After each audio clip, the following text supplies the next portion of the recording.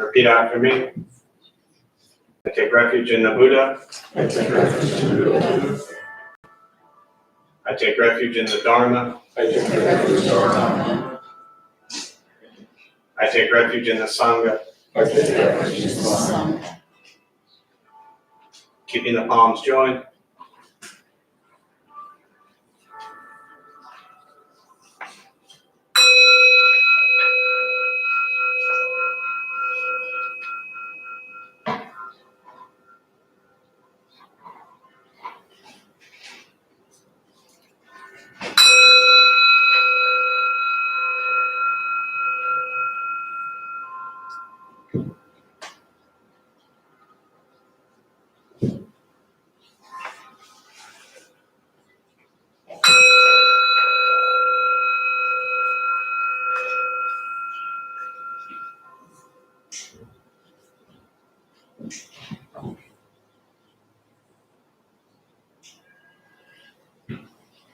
Palms down.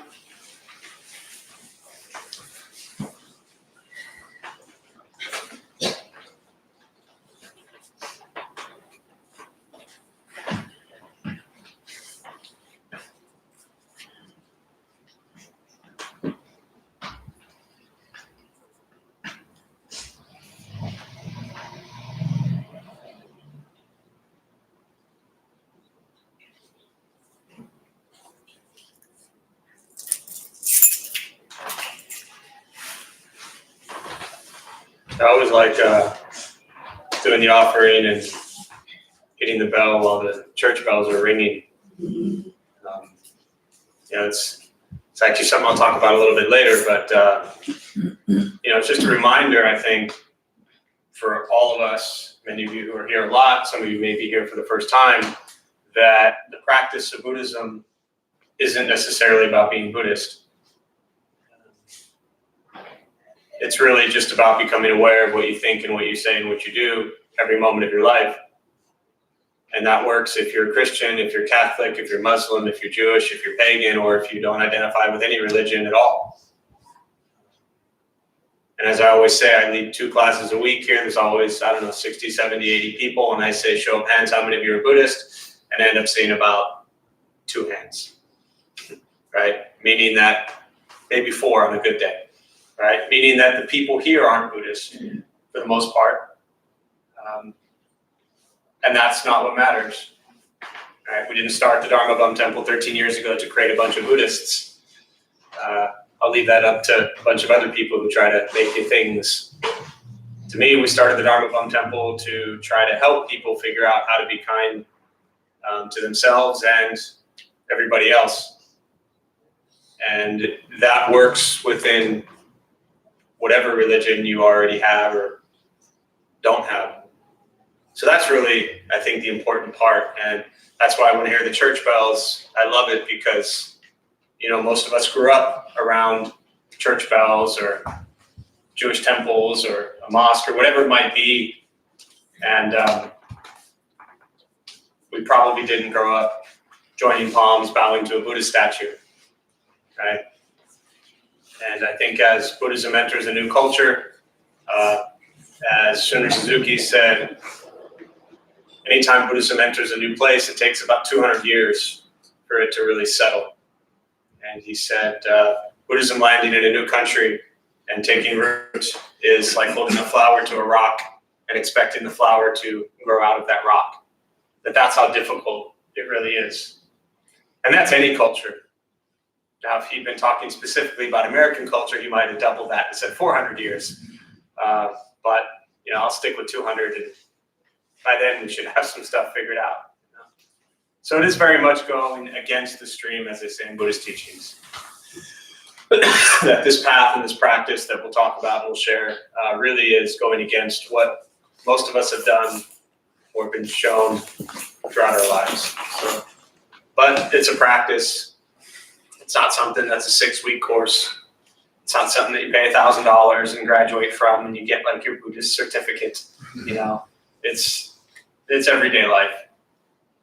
And whether you're here a lot or here for the first time, it's really important to remember that Buddhist practice, as I like to refer to it as, is not separate from your everyday life. So you could be sitting in a Catholic church right now and be practicing Buddhism.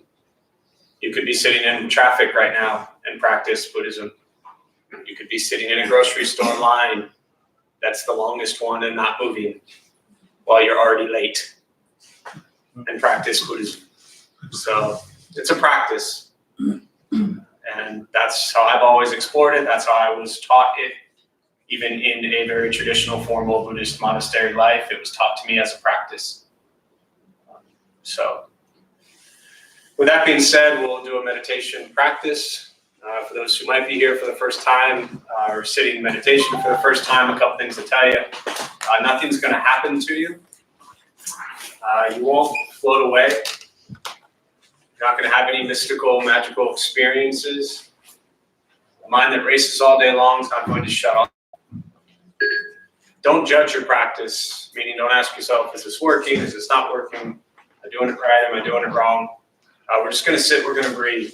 Okay. You'll hear sounds inside the room, sounds outside the room. This is life. Life is filled with chaos and sounds, and this practice is learning to get quiet and still within all of that. All right. Don't expect anything. If you're waiting for some grand aha moments or deep realizations, you're going to be waiting for a long time, and we're done at noon, so you'll be really disappointed. Posture, you just want to be comfortable. If you are on a cushion, often it helps slide into the front third. Pushing the stomach forward allows the back to straighten. Shoulders are relaxed, hands can be on the knees or in the lap, whatever's comfortable. If you're on the benches or chairs, also just trying to sit up straight, relaxing the shoulders, resting the hands gently. If you need to move, simply move. Movement doesn't make you a bad meditator.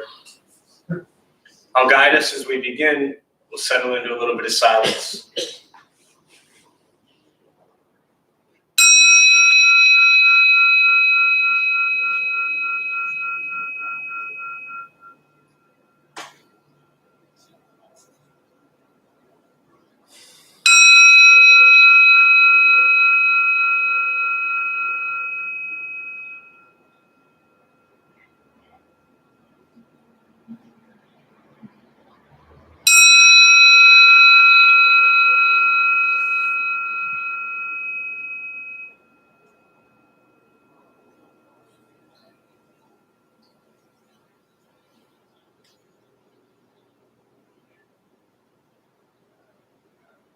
And starting with your eyes closed if comfortable, or slightly open. Mouth open or closed. We'll start with taking 3 deep breaths, slowly.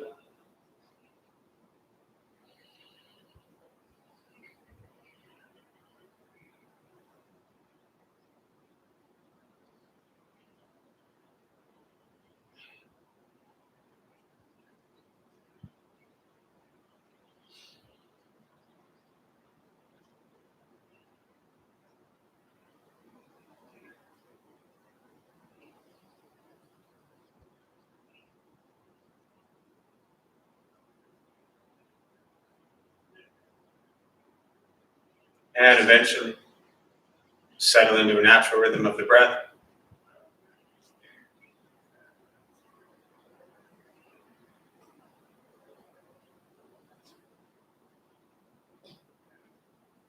Noticing the mind as it wanders, jumping from thought to thought.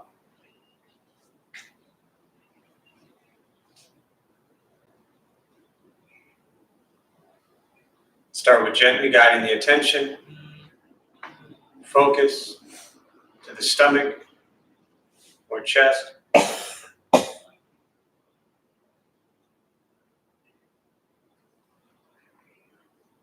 Breathing in, feel them rise. Breathing out, they fall.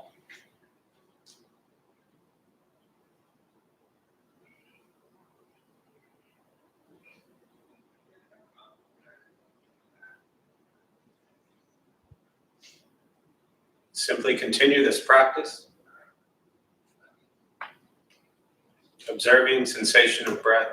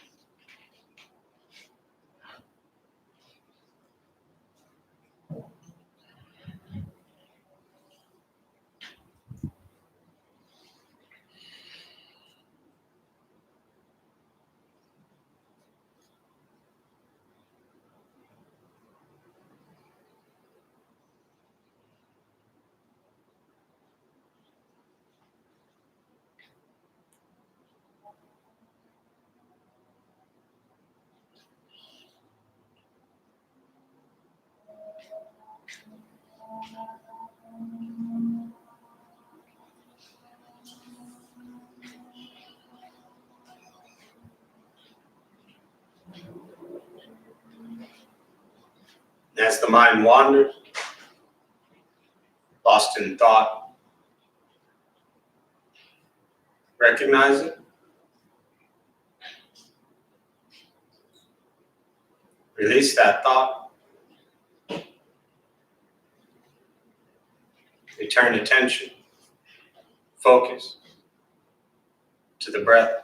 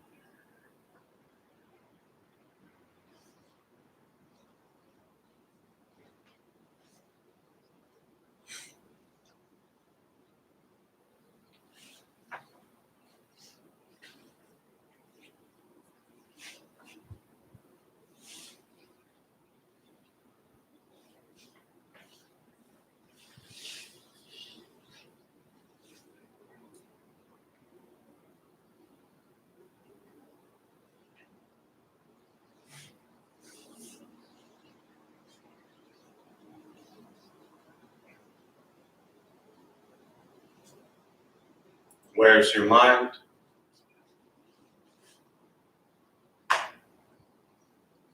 Lost in thought.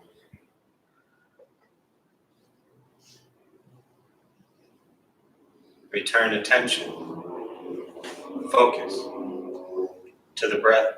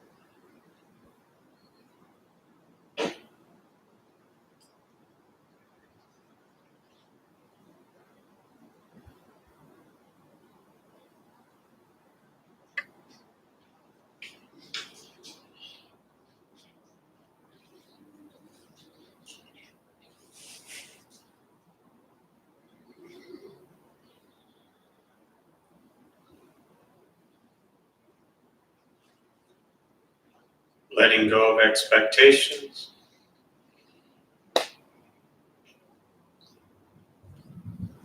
letting go of judgment from the practice, wanting nothing but to sit and breathe.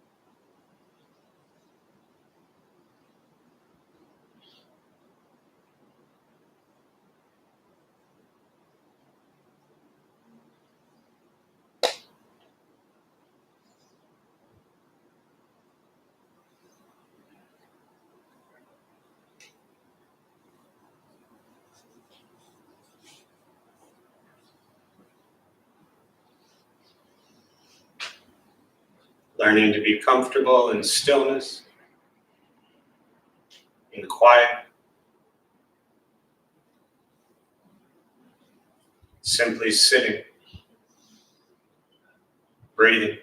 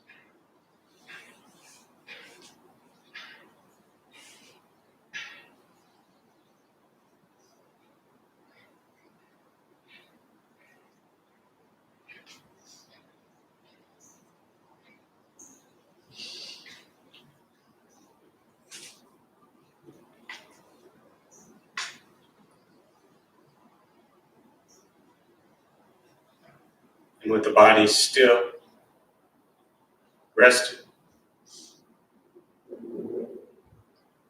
and the speech quiet, aware of all sounds,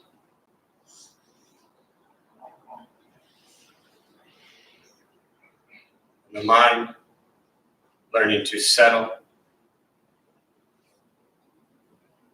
know what it's like to just sit and breathe. Knowing with each breath, there's nothing else to do.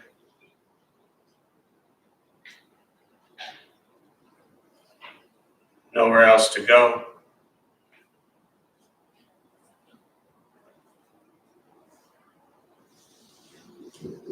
No one else to be.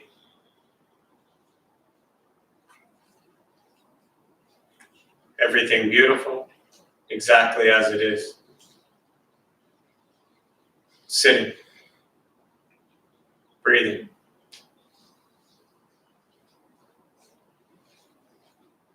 And once again, taking 3 deep breaths, slowly.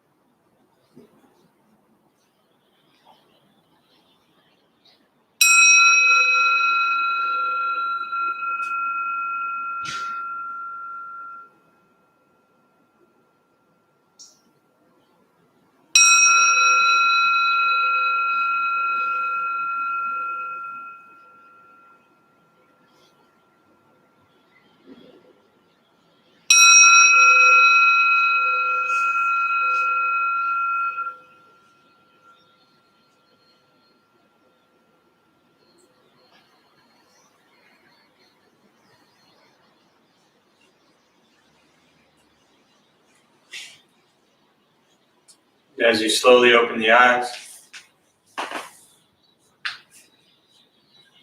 slowly begin to move.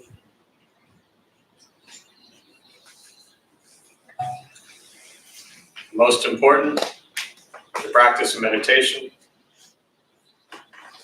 is to recognize how you feel now, immediately after.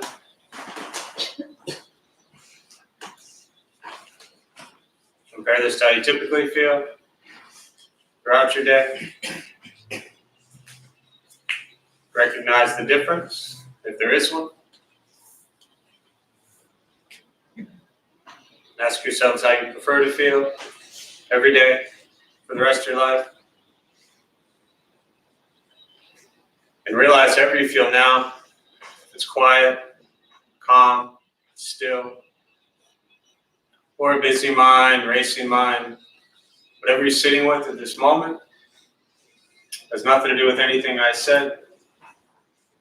It's nothing to do with how we sit, or the hands across the legs. It's nothing to do with the sounds around us, or anything else for that matter. It has everything to do with your own mind, and your own mind's reaction to an external condition. This is what the Buddha called pratitya samuppada, means dependent origination. This is the basis of the Buddha's awakening. The word Buddha simply means awaken. He was a human being, no different than anyone in this room, who began to understand why he suffered, why he got angry, sad, depressed, stressed, anxious. He began to understand the causal relationship of all phenomena. And what that means, very simply, for all of us in this room, regardless of where you come from, or what you believe in, or where you think you're going, your whole life is filled with things that happen. You react. More stuff happens, more reactions. That's what we get every day. This practice is learning what it's like to respond to something quietly, peacefully, still. Because for most of us, the way you responded to the last 20 minutes is quite different from how you respond to everything else that's happening throughout your days. And so all we're working on is closing the gap where the way you feel now is closer to how you feel always. Just as driven, motivated, productive, successful, whatever that means to you in your respective lives.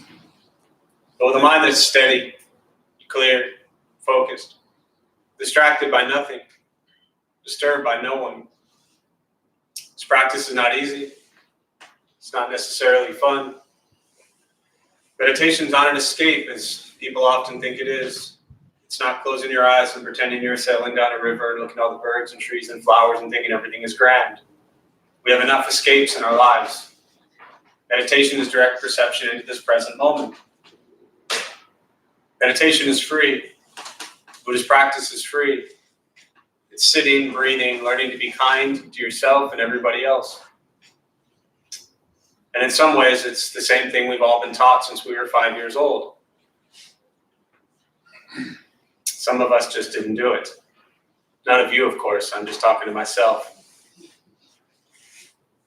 Once we stop trying to change, fix, control, manipulate everything and everyone around us, which is where we spend so much time, hoping they do this, hoping they do that, wishing they would do this, wishing they would do that, complaining about this, complaining about that. So much time focused on everybody else's problems and what they're all doing wrong and how they all need to change to meet our perception of the world.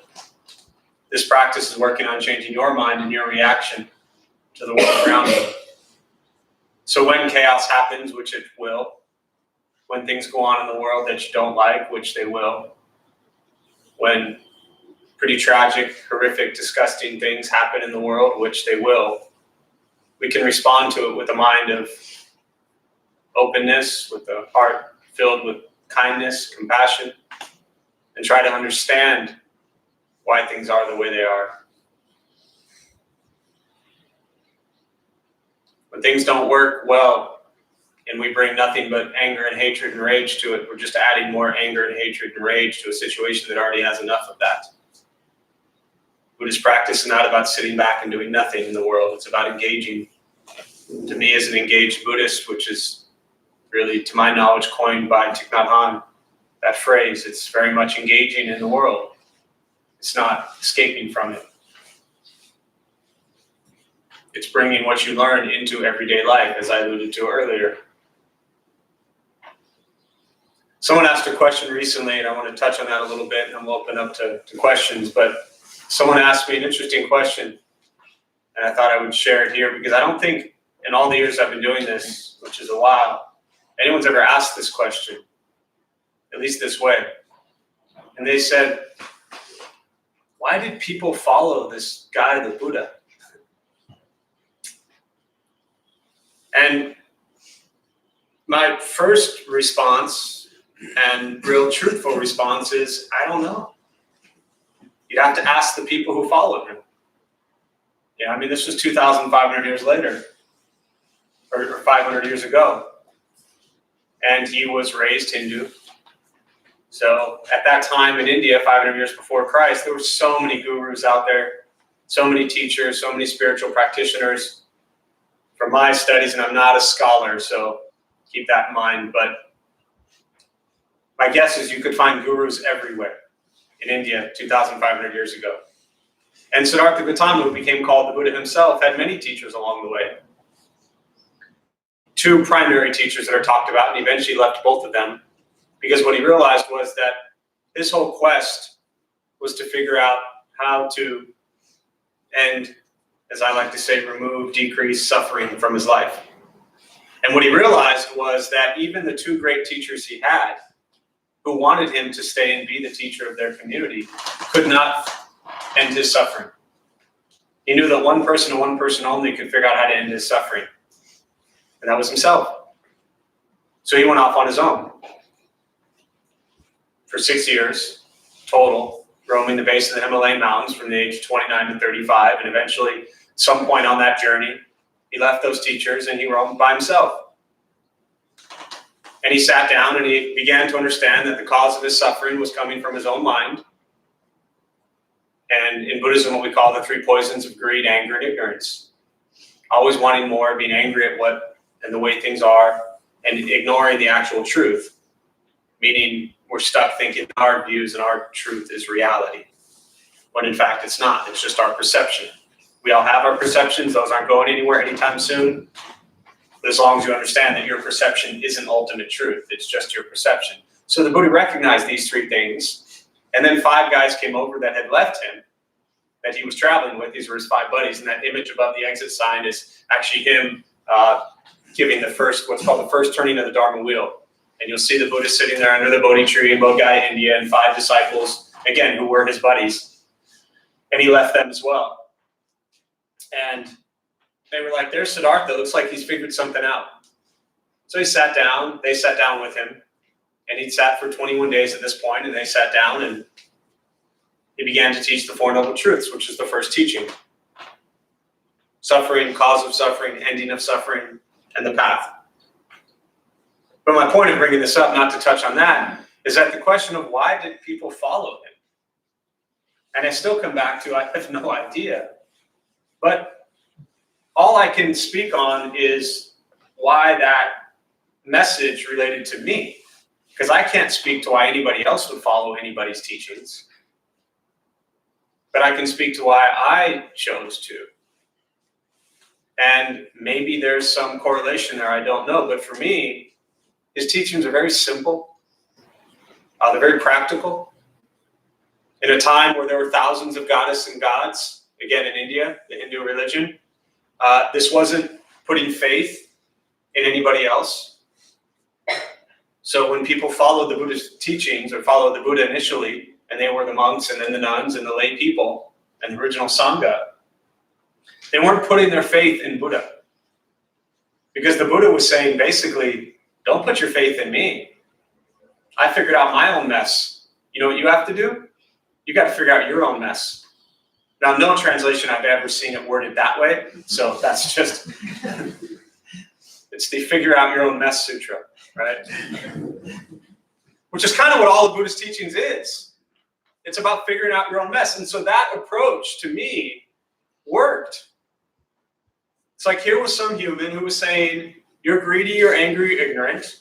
You should practice more kindness, more compassion, more generosity, more morality, more patience, more wisdom. And if you do these things, you will suffer less. And one fundamental thing the Buddha taught was, don't believe it because I'm saying it. Again, in a modern day, we look at words of gods and goddesses and things like that, and somehow from God, they ended up getting written down. I'm still not quite sure how that all works. I just didn't pay enough attention in Hebrew school. But somehow God's taught or goddesses taught, and then the stuff got written down, right? And to me, that requires a lot of blind faith. And as a person growing up, that never made any sense to me, regardless of what religion it would have been. So when I came across Buddhist teachings, and I was like, wow, here's some dude who said, here, try this being kind stuff and see if it works. And all of a sudden, I started being kind first to myself and then to others. And I was like, wow, my life's a little better. Try practicing being patient once in a while. I was like, really? Can I skip that one and come back to it? No. Try patience. Okay, I tried patience. I gave up on that a little bit, and I came back to it. But eventually, being patient impacted my life in a more positive way. All right? Try being honest and moral. Man, this was tough. This is still tough. Right? One I struggled with for years, and probably one of the most difficult practices for me ever. You know? For kids, close your ears for a minute, right? For a kid who grew up, doing lots of lying and stuff like that, thanks. She's still young enough to close her ears. I appreciate it, right? I was like, wow, you got to be honest. That's really tough. But the more that came into my life, the better my life became. Right? And I can go on and on, but try working hard at being a kind, compassionate, generous person. And see how that impacts your life. So that's what resonated with me when I came across the Buddhist teachings initially 24 years ago, but then as an everyday part of my life for the last 16 years. When I first went to temple 16 years ago, and I was like, wow. And I was actually paying attention to what these teachings were. It became very simple and clear. The hardest part was I had to do it. So if I think back to why people followed him, maybe it's something like that. Maybe it was a very tangible thing that they could hold on to and integrate into their lives without actually having to remove, as I alluded to at the start of today, without actually having to remove any existing religious faiths. So again, to my knowledge, it wasn't like the Buddha was running around and saying, hey, all you Hindu folks, get rid of that stuff. You need to follow me. He just sat down and started teaching. And people started showing up. And more people showed up, and more people showed up, and more people showed up. You know? He wasn't on street corners holding up signs saying, come join me. He was just living his life. And I think that's another thing that is really beautiful when I look at the life of the Buddha, is that he just lived his life as a kind person. And people were drawn to that. And the last thing I'll say on that, which I think is important also, is just to segue briefly into him coming from the life. He was a prince, right? Do you imagine being raised as like a princess or a prince? What would that be like? Too boring in uniform. Too boring in uniform. That's a phenomenal answer. I'm rarely, how old are you? 11. I'm rarely stumped by people's responses, but I really have no response to that. I got stumped by an 11-year-old. Nice work. Thank you very much. Too boring in uniform. Yes. Brilliant. Yeah, yes, thanks for sharing that. So he was a prince, and he had everything, and he had a life of wealth and riches, and he left all of that and lived basically a life of poverty, right, as a homeless beggar. But I bring this up for kind of one main point, in that often Buddhism gets seen as this thing where you must get rid of all your money, and you must get rid of all your stuff, and you must have like one robe that you wear all day long, right? That's not Buddhist practice. That's how the Buddha himself chose to live. But I also believe that him actually choosing to live a life of poverty was simply a default of him choosing to leave the life that he had lived. I don't know that he necessarily was saying, I'm going to choose to live a life without things because things are the problem, or money is the problem. I don't believe he taught that. What I believe is he taught that the attachment to the things and the money is the problem. The way we go about getting the things and the money is the problem. The way we respond when we lose the things and the money is the problem. And by problem, what I mean is things that cause suffering and create discomfort. That's the real, I think, message there. You know, as millions of lay Buddhists all over the world, early on in Buddhism, I made the mistake thinking I had to get rid of all my stuff and money. And I literally did. I wish I didn't have that view, because that was, to me, a very ignorant view. If I had, and I never had $1 million then, but if I had $1 million right now, I would love it. Now, I wouldn't go buying me a bunch of fancy stuff. I'd be feeding a lot of people with $1 million, right? I'd be housing or clothing a lot of people with $1 million. So the message isn't you must have no money and get rid of your money and things.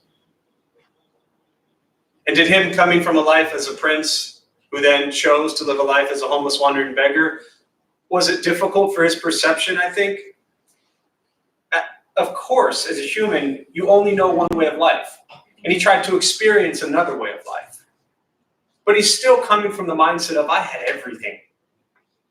All the wealth, all the riches, all the money, all the women, he had it all. And he chose to leave that. Now, I think you can have millions of dollars, and I think you can have no money. And you can still practice what the Buddha taught. Whether you have the material things or not, is really, I think, important to understand. What do you do to get it? How do you use it? And what do you do when it's gone? Is really the teaching around the right livelihood in the Eightfold Path.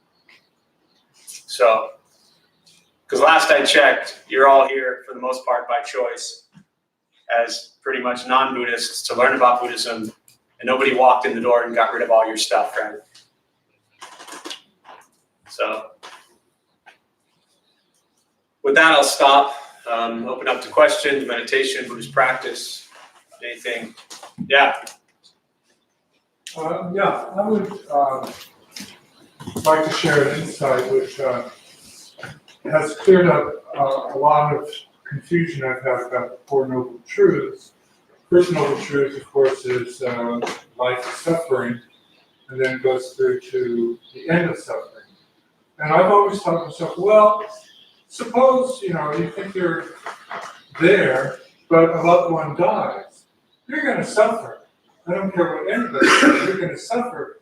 So I think the Four Noble Truths should be looked at more narrowly in the sense that you're not necessarily looking at your whole life and you will go through your entire life regardless of what happens, not suffering. But when you face a situation that causes unavoidable suffering, you can use the Four Noble Truths for that particular suffering, and that's how you get through it. So basically what you're doing is you're using the Four Noble Truths sequentially, in effect, to escape from individual sources of suffering. Does that make sense to you? It made sense, and as much as I kind of don't want to shatter what you call a great insight, I would say you have a little bit of work left, right? So I think that's a very misguided understanding of what the Four Noble Truths is and how it works, right? The Four Noble Truths isn't something you use to deal with suffering. What I heard you just say, if I'm understanding you correctly, is that you're using the Four Noble Truths as a tool to deal with suffering. Exactly. This is where the view is very misguided. The Four Noble Truths, I'll touch on them in a second, is not a tool to deal with suffering. It is actually the way to remove suffering from one's life. Let me walk through them, right? So you can continue, and that's a great, you've been at this journey now how long? Off and on for 10 years. 10 years, off and on. So you've been doing it for like no time at all. That's like a flash in the pan in the Buddhist world, right? Again, you're looking at, from a Buddhist perception, where they talk about rebirth. It said the Buddha had thousands of lives before he was born to Siddhartha Gautama. So for one to think, and again, I'm just responding very directly to you because I think you can handle it. For one to think that off and on for 10 years that they're going to fully get this, give it another 10 years, right? First Noble Truth, life is filled with suffering. The first challenge you're having is thinking that suffering is this grand, miserable thing. When you go to a deli and you order a sandwich, what do you tell them not to put on the sandwich? Mayonnaise. Mayonnaise. Oh, I should have just gone to my usual, right? I didn't know you didn't like mayonnaise. Usually I ask people who doesn't like mayonnaise, but okay, so you don't like mayonnaise. You tell them hold the mayo. You get a sandwich. Is there mayo on it? And you're suffering, right? Now, that is what the Buddha called dukkha. When you get that sandwich mayonnaise on it, how do you feel? Irritated. Irritated and losing a loved one. Very different, right? Both dukkha, both suffering. This is the Eightfold Path, which is actually, and even in your explanation, you were kind of out of order. It doesn't end, right? It ends with the path. The fourth Noble Truth. The first Noble Truth is life is suffering, dukkha. The second Noble Truth is the cause of suffering, greed, anger, and ignorance. The third Noble Truth is the ending of suffering, nirvana, liberation, freedom. The fourth Noble Truth, what you said was it ends with the ending of suffering. It doesn't end with that. The fourth Noble Truth is the Eightfold Path. This is correct views. thoughts, speech, action, livelihood, effort, mindfulness, concentration. This is where the ending of suffering starts. Right? You with me so far? So dukkha, irritation from mayonnaise, loss of a loved one, both are suffering. Some are more extreme than others. Discomfort, angst, dissatisfaction, irritation. These are much better, I feel, translations of the word dukkha. Suffering in the English language sucks because it sounds so heavy. So what we're trying to figure out, what I heard you trying to say is, how am I going to use the Four Noble Truths to deal with the loss of a loved one? Doesn't work that way. You are going to feel pain. You are human. You are going to feel suffering when you lose a loved one. Don't try to escape from that. It's not going to work. Right? We are all very far away, and in some schools of Buddhism very close, but very far away from being enlightened beings. What that means is when we lose loved ones, we will suffer. Embrace that and begin to understand, why am I suffering? I'm suffering because of the love I feel for this person. Now, when strangers die, we don't suffer, but somehow we feel the loved ones are more important than the strangers. If you saw a family member on the street corner starving and begging for food, wouldn't you help them? Probably, right? How many starving, hungry people on the street do we drive by every single day and we don't even think twice about them? Because we become more attached, I get it, to those we know and love. Strangers, we don't really care about them so much. So the suffering comes from our attachment to these people. I'm not saying that it's going to go away anytime soon. Understand the nature of why you're suffering.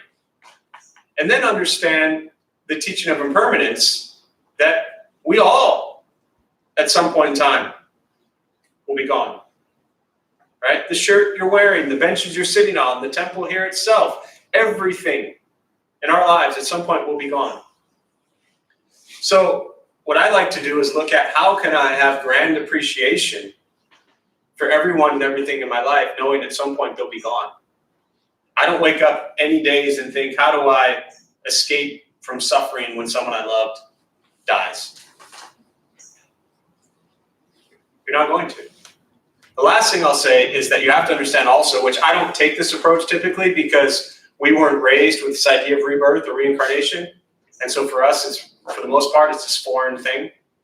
But the Buddhist teaching wasn't so you could have a great, happy life only. It was actually how to end suffering. And the only way at that time how to end suffering was to stop yourself from being reborn. He wasn't teaching you how to deal with, to be okay with loved ones who die. He was teaching you how to end your suffering. And by that definition at that time, as soon as you were born, you were guaranteed to suffer.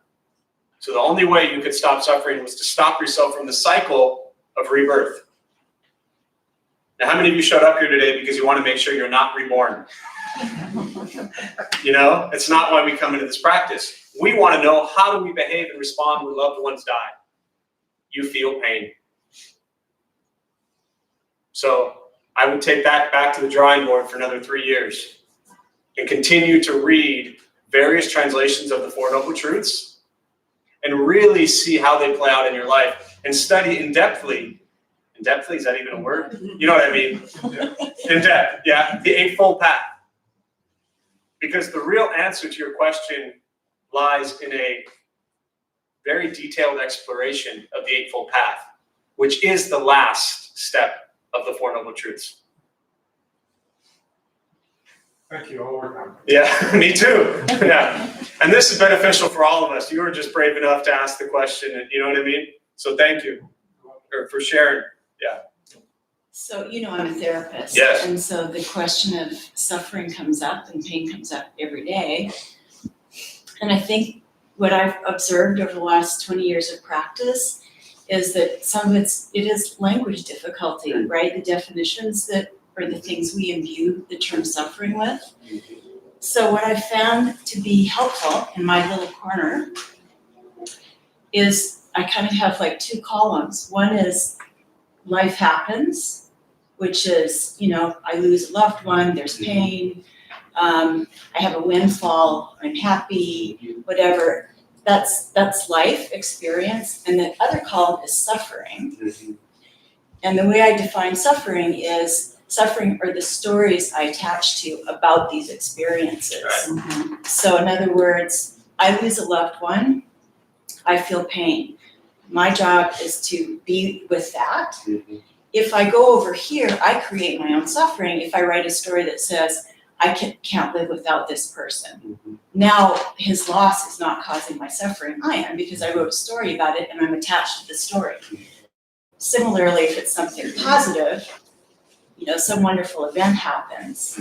I had a great vacation in Hawaii. I write a story while I'm still there on the beach that says, oh my God, this is going to come to an end. I can't stand it. I have to go back to work. So now my suffering, one, I'm missing the enjoyment, but my suffering that I'm writing is a story I'm writing about my experience. But I just find that it's been helpful to make those distinctions. Yeah, it's very good to recognize there's things happening as they are, which, like you said, life happens. And then there's our story and our perception of what's actually happening. And the funny thing is, we're usually okay with the good stories sometimes. We like telling ourselves all the good stories in our head, but the challenge there is that as we're creating and becoming, building habits of telling ourselves all these great stories about things, we're also kind of feeding into the mind that gets used to telling stories. And it's when we tell the painful stories and we want to remove ourselves from those, we have a really difficult time. So yes, it's life happening and our perception of it. Thank you. Yeah. I have, if it's okay, a comment about that. One of my favorite teachers is Pema Chodron. Yes. And she says, she teaches, there's no such thing as a true story. Sure. I thought that was really cool. Yeah, Pema Chodron, who says there's no such thing as a true story. It's like when you get into an argument with somebody, right? Anyone here ever been in an argument with someone, right? Are you two sisters? No. No, you friends? Just friends. Do you ever argue? Yeah. Okay. When you are arguing, do you think you're correct? Yeah, sometimes. Sometimes you argue when you think you're wrong too, huh? It's just fun to argue.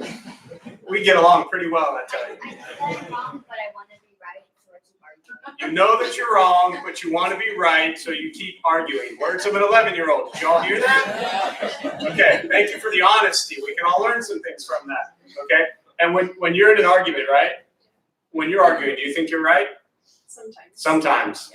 And you just argue, right? So I like to, and this is kind of tying this all together as we wrap up here, right? We argue.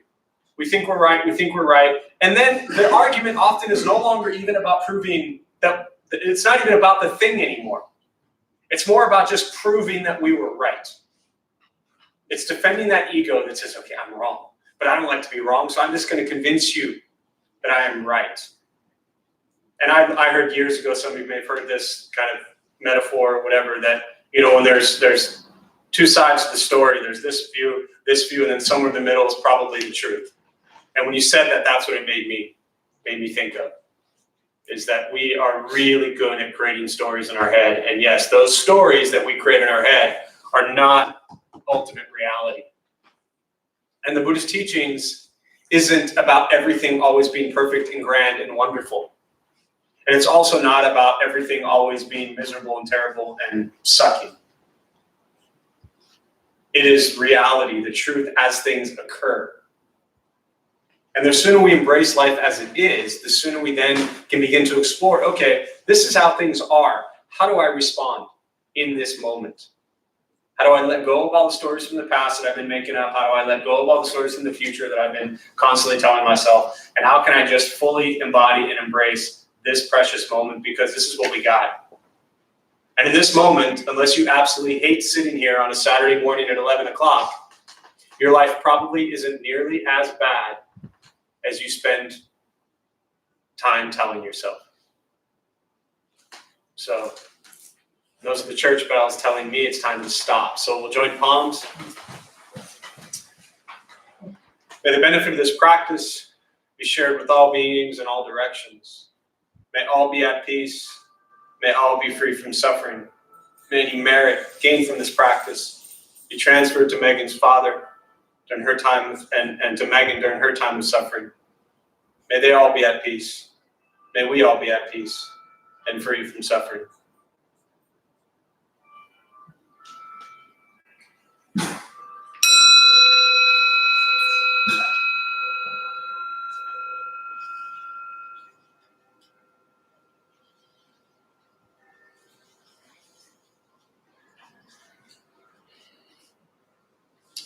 So a couple quick announcements. Thanks all for being here.